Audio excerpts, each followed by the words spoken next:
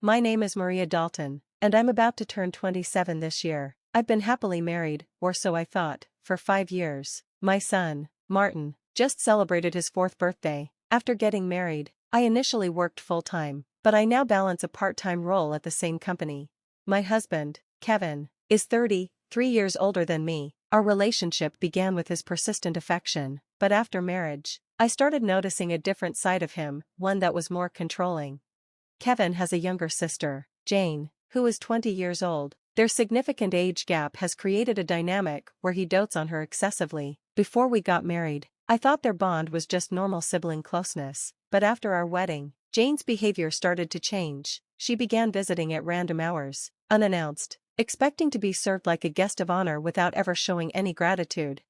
Rather than setting boundaries, Kevin enables her. She barely acknowledges my presence, greeting only him with a casual, "Brother, I'm here again." No matter how unprepared I am, I always end up serving her dinner, and instead of appreciating my efforts, Kevin scolds me for not being more considerate. Jane, despite offering half-hearted apologies, seems to enjoy the special treatment. Meanwhile, I'm left eating whatever's left while they sit on the couch, chatting, leaving behind a messy dining table for me to clean. Neither of them spares a glance at Martin or me, treating us more like servants than family.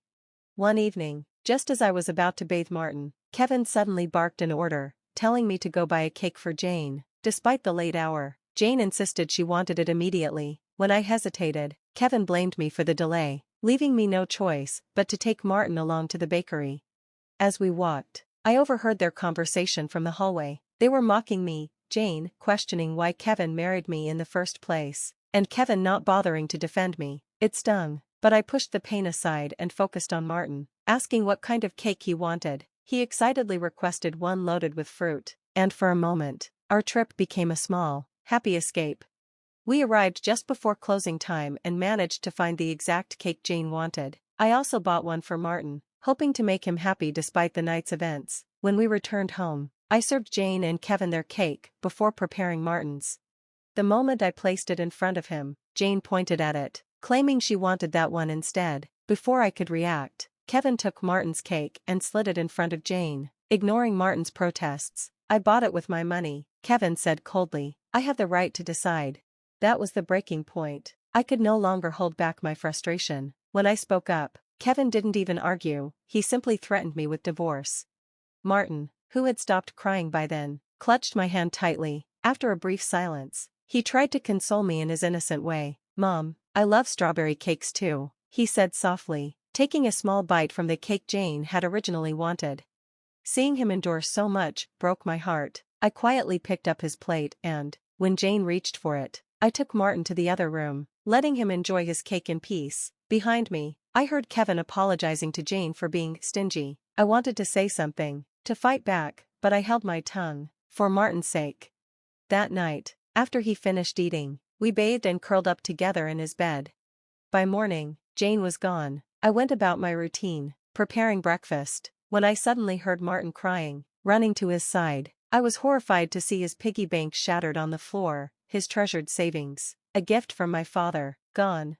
When I confronted Kevin, he shrugged. "Jane needed money," he said nonchalantly, as if that justified stealing from our son.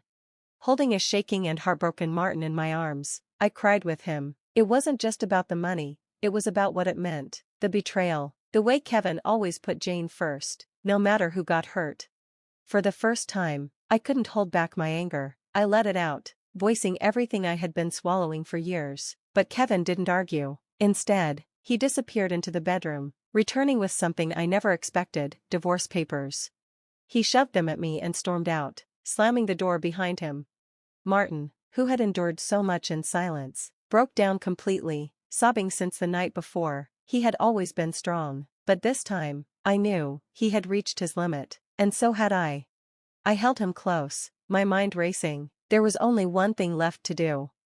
I suggested skipping daycare for the day, and Martin eagerly agreed with a bright yes, accompanied by a faint smile. We spent the day playing and bonding, with him bringing over a picture book, climbing onto my lap, and cheerfully remarking, "The teacher at the nursery today was Mama, right?" His innocent words, paired with his angelic expression, warmed my heart. Wanting to make the day truly special, I decided to take time off work. Though it caused some inconvenience at the office, my colleagues understood, granting me the day without hesitation. In the morning, we ventured to the park, playing hide-and-seek, digging in the sandbox, and laughing as we raced down the slide. By lunchtime, Martin's energy waned, his eyelids drooping. Normally, he napped alone, but today, he curled up on my lap, just like when he was a baby. I had intended to use his nap time for chores, but as I watched his peaceful face, listened to his gentle breathing, I let the moment heal me instead. Today was meant for us.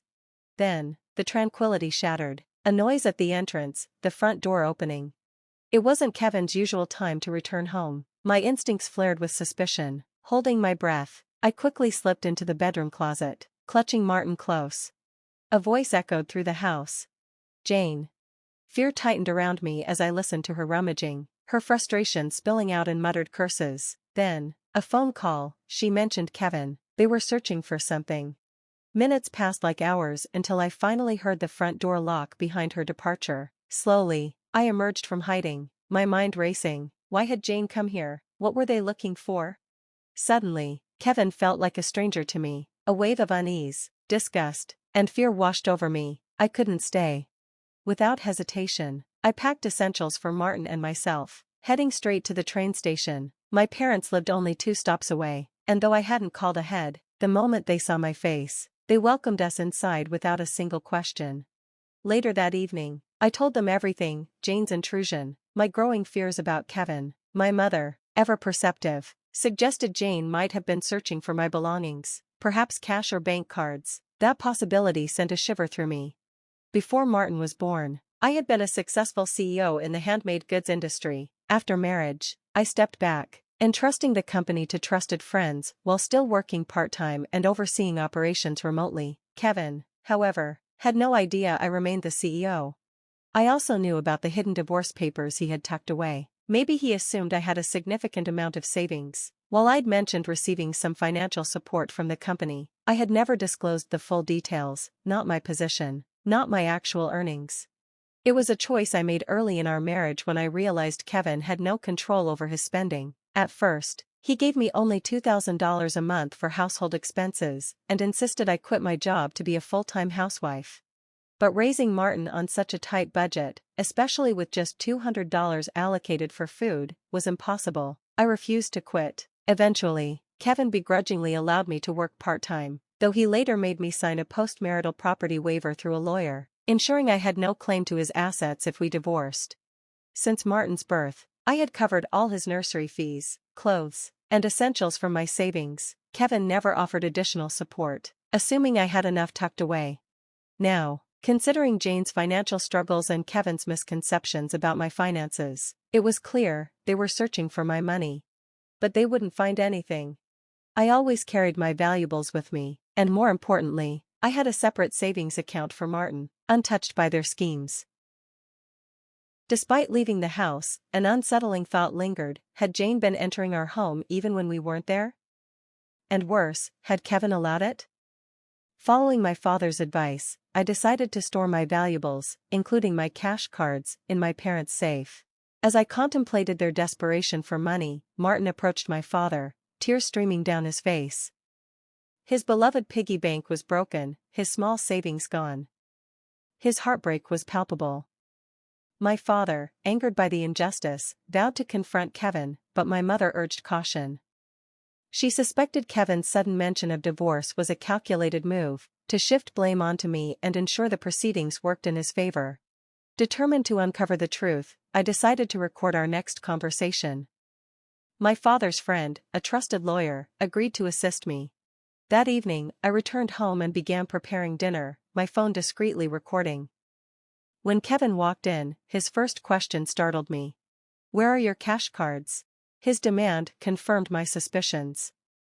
I pressed him for an explanation, but he dodged my questions, offering half-truths and excuses. When I remained silent, his frustration mounted. His voice grew sharper as he demanded all my part-time earnings, for Jane. I refused. "That money is for Martin's future." Kevin's face darkened with anger. He slammed a stack of papers onto the table, the divorce documents he had secretly prepared. "You live off my money." Martin doesn't need savings. Then, in a chilling moment, he muttered something that made my blood run cold. Jane mattered more to him than our own son. The words shattered whatever lingering resolve I had to salvage our marriage. Slowly, I set down my knife, wiped my hands, and picked up the divorce papers. Without a word, I placed them in my bag, took Martin's hand, and walked toward the door. Kevin's voice thundered behind us. "I'm serious. Don't come back." I paused for a moment before responding, my voice calm but firm. "I won't return to a house where a stranger comes and goes as they please." And with that, I left. The moment I stepped outside, my phone buzzed relentlessly, calls, messages, desperate attempts to regain control.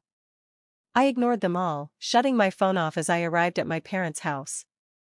Overwhelmed but resolute, I played the recording for them and handed over the divorce papers. "I don't love Kevin," I admitted. "But what about Martin? How will this affect him?" My parents listened patiently, offering their support. They assured me that no matter what, I had the freedom to choose what was best for both me and Martin. As I wrestled with my emotions, Martin tugged at my sleeve. "Mama, I'm hungry." My mother, sensing my exhaustion, smiled warmly and began making hamburgers, Martin's favorite. The familiar, comforting aroma filled the kitchen, and as he took his first bite, his eyes lit up. "These are the best. Can we have them every day?" I smiled through my tears. "It's because they're made with love." In a touching moment, Martin took a big bite and then, with innocent generosity, offered it to me. Emotion swelled in my chest, and no matter how hard I tried, the tears wouldn't stop. Seeing my distress, my father reassured Martin, "Mama's not sad, sweetheart. Those are happy tears." Martin looked up at me with understanding, then wrapped his small arms around me in a warm hug. Across the table, my father discreetly wiped his reddened eyes. "Family is precious," I whispered. Martin blinked. "But Dad said only Jane was family." My father's expression hardened, but he softened his voice as he asked, "Martin, do you want to live with us as family?" A laugh bubbled from Martin's lips. "Yes." He grinned, running to hug our family dog, happily calling him his younger brother, despite the dog being much older. At that moment, my decision solidified. There was no future with Kevin. The next morning, I contacted my father's lawyer friend to initiate the divorce. When I finally turned my phone back on, over 200 missed calls and messages flooded my screen. Kevin's desperation was evident, but I felt nothing but exhaustion. With legal assistance, we soon uncovered the truth: Jane was drowning in debt from a casino and shopping addiction. Kevin, acting as her guarantor, had planned to use my savings to bail her out. By the time he realized the divorce had already been processed, it was too late. His bravado crumbled, replaced by pitiful sobs. Though I had expected a fight over child support, he quietly signed an agreement to pay $340 per month for Martin. In our final phone call, his tone lacked the aggression it once held. He admitted to manipulating me financially and confessed to his complicated feelings toward Jane. But it didn't matter anymore. "I'm not coming back, Kevin," I said. I heard a faint, shuddering breath. Then, a whispered, "I hope you'll be happy." And then, the call ended. That night, as I lay in bed, I reflected on everything. I had lost a marriage, but I had gained something far more valuable: the unwavering love of my family. I resumed my role as the company president, rebuilding the life I had put on hold. Meanwhile, Kevin and Jane, having confessed their troubles to their own parents, were disowned. But that was no longer my concern. Today, I find happiness in the warmth of my family, in Martin's laughter, and in the knowledge that I made the right choice.